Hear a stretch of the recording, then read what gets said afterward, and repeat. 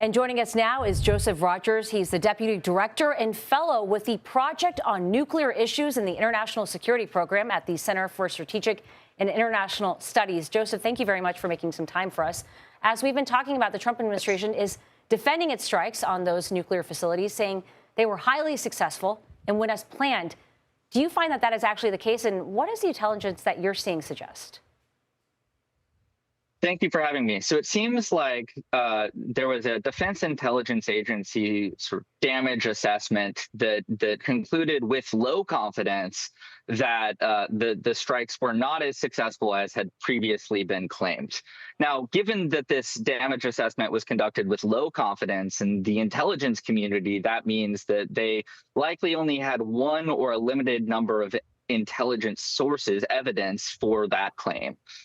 They probably used GeoINT, so satellite images, to take a look at what had happened. And you know, it seems like from the satellite images, the facilities did not completely collapse, but we don't know the actual extent of the damage inside of the facility themselves. Yeah, Joseph, I was going to ask you that. Even if these strikes didn't end or obliterate Iran's nuclear program, as that word has been tossed about, how much damage would this kind of strike have on these kinds of facilities in terms of setting back that program or delaying it?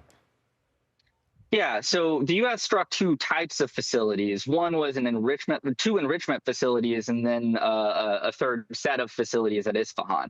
The two enrichment facilities at Fordow and Natanz contain some pretty sensitive equipment. They contain uranium centrifuges, and those uranium centrifuges, they spin uranium gas called uranium hexafluoride really fast. And what they try to do is separate uranium-238 from uranium-235, which is a very small atomic mass difference. So they're very, very sensitive. So a really big shock wave, perhaps created by 12 massive ordnance penetrators, would really disrupt those centrifuges' ability to operate. So I find it unlikely that all of the recent attacks didn't cause significant structural damage to the centrifuges themselves, even if they don't collapse the facility. And Joseph, before we let you go, we've also heard about Iran moving those uranium stockpiles ahead of this strike.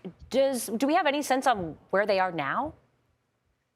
So unfortunately, we don't know. J.D. Vance has claimed that the centrifuges have, that the enrichment stockpile, we don't know where it is. So that is definitely the key thing to watch. Yeah, something a lot of people will be watching out for. Joseph Rodgers, thank you very much for your time. We appreciate it.